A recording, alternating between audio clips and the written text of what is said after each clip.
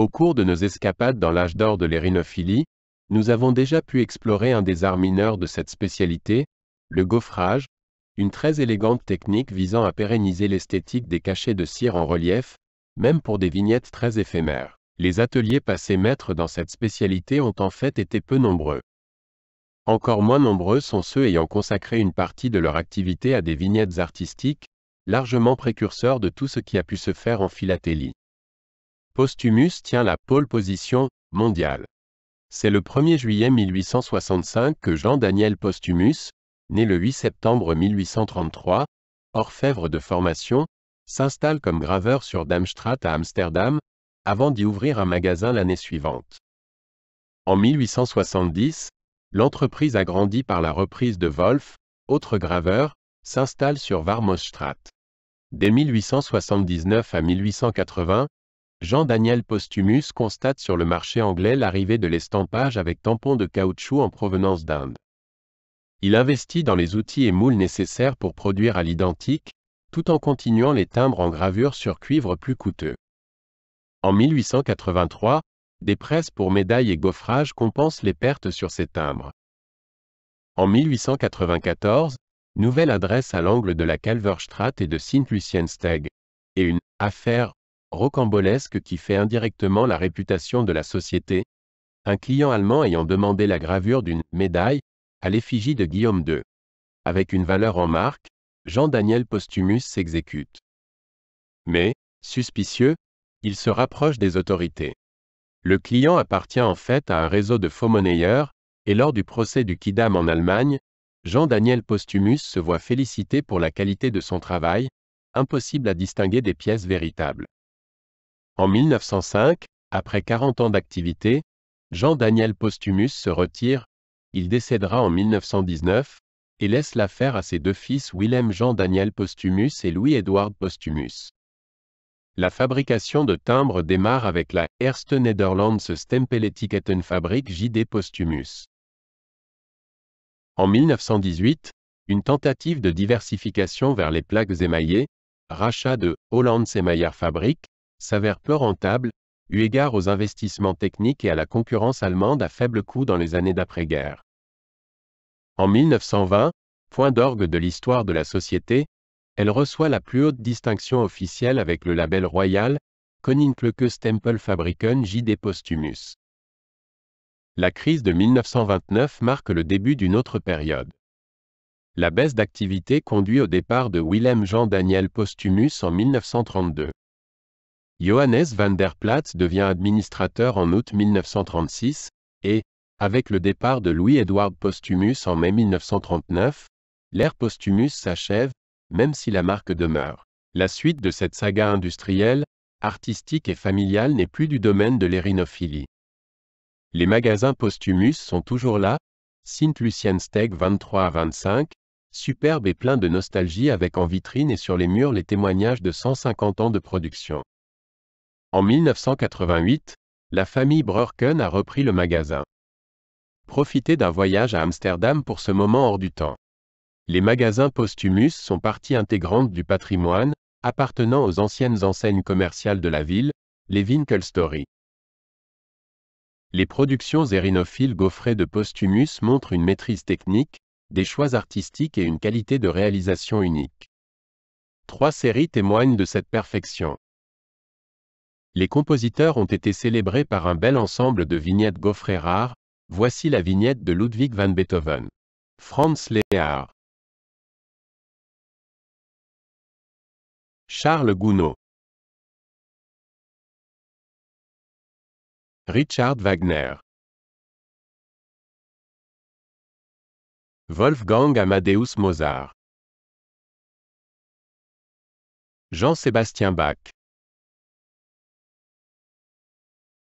Siegfried Ochs. Max Reger. Robert Franz.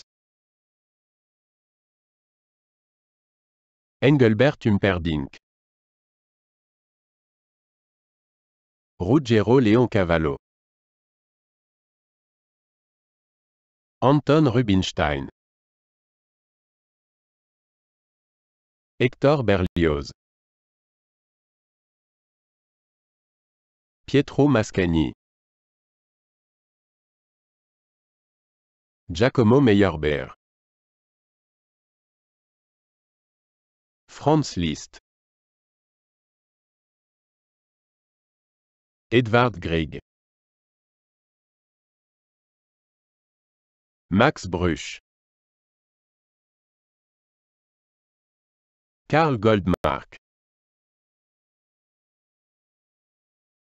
Ces vignettes sont à la fois réussies dans leur gaufrage, dans leurs encadrements et dans leurs contours découpés à l'emporte-pièce pour certaines, die cut, pour les anglophones.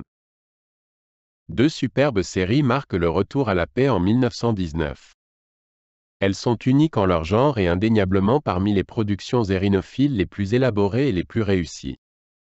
Composées chacune de 6 vignettes, elles sont illustrées par deux très grands artistes hollandais contemporains, Lodewijk Schelvoet et Anton Molkenbuhr.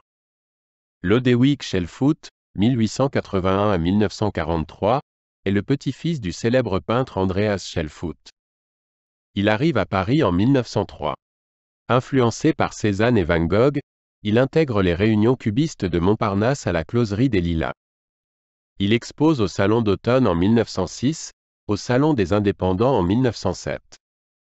Il s'installe avec Piet Mondrian dans le célèbre atelier du 26 rue du Départ, où il côtoie Fernand Léger. Il est reconnu comme le premier artiste hollandais marqué par le cubisme. Il expose comme tel en 1911 au Salon des Indépendants et accroche 12 tableaux lors de la première exposition de la Société d'art contemporain. Il retourne aux Pays-Bas en 1913, et expose à Amsterdam dès 1915, avec Mondrian.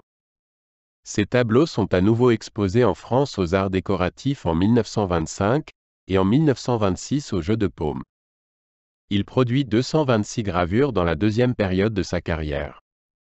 Il conçoit également des chemins de croix et des vitraux, contemporains de la conversion au catholicisme de son épouse, puis de lui-même en 1927. Les 6 vignettes gaufrées ont été vendues au bénéfice des réfugiés de guerre aux Pays-Bas, principalement des Belges. Une carte, vendue avec les vignettes, indique la traduction en hollandais des titres latins des 6 gravures. L'enveloppe contenant vignettes et cartes porte la mention « Sceau de guerre conçu par Lodewijk Schelvoet », emballé sous la marque « Posta », légalement enregistrée, série de 6 pièces 10 centimes. Anton Molkenbuhr, 1872 à 1960, est le fils du sculpteur Willem Molkenbuhr, et le frère de Theo, également peintre et illustrateur, entre autres de cartes postales. Peintre, décorateur et céramiste, il étudie à Amsterdam et intègre l'Art Student League de New York. Présent à San Francisco en avril 1906, il peint le tremblement de terre et l'incendie.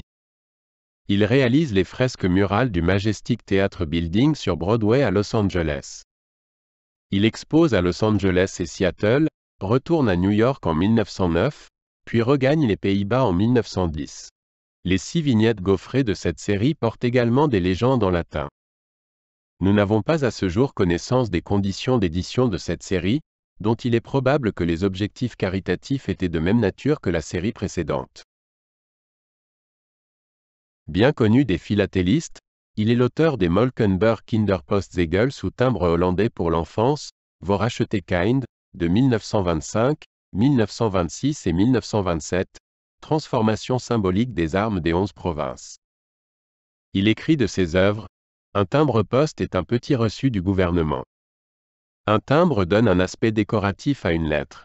C'est comme une boutonnière, plutôt insignifiante, et en même temps elle ajoute une note lumineuse et agréable à la lettre. Il est évident qu'un timbre n'est pas une peinture, mais simplement un dessin décoratif. Je n'ai certainement pas envie d'énoncer des principes de composition, juste de formuler quelques réflexions au sujet de l'héraldique. Laissons-lui la conclusion de cet article. Peintre, auteur de timbres-poste comme de vignettes, nul n'est plus légitime pour souligner combien une création artistique originale doublée d'une grande qualité d'impression peuvent apporter à nos collections.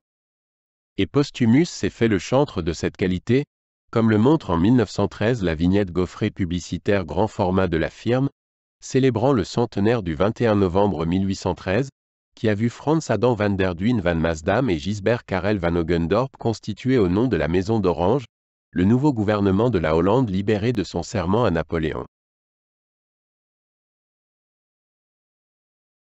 L'Association française d'érinophilie, Arc-en-Ciel est une association de collectionneurs de vignettes non postales.